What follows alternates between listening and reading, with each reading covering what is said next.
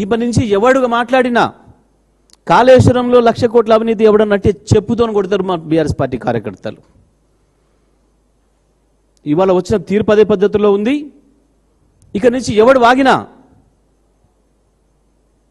చెప్పుతో కొట్టినట్టుగా సమాధానం చెప్పే శక్తి ఇవాళ మా బీఆర్ఎస్ పార్టీ కార్యకర్త ప్రతి ఒక్కరికి కూడా వచ్చింది.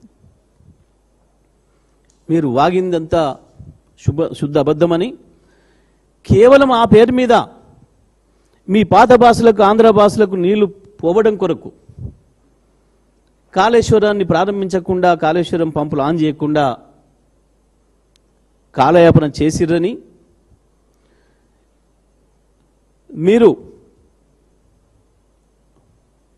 బనకచెర్లకు రూట్ క్లియర్ చేయడం కొరకే, మీ గురుదక్షిణ సమర్పించుకోవడం కొరకే, గోదావరి పైన హక్కుల్ని వాళ్ళకి దారదత్తం చేయడం కొరకే దుర్మార్గంగా ఇంతకాలం కన్నేపల్లి పంపుల్ని ఆన్ చేయకుండా గోదావరి నీళ్లను కిందికి వదిలిందని, మేము బీఆర్ఎస్ పార్టీ ఏదైతే చెప్పిందో అది నిజమని చెప్పి ఇవాళ స్పష్టంగా తేలిపోయింది.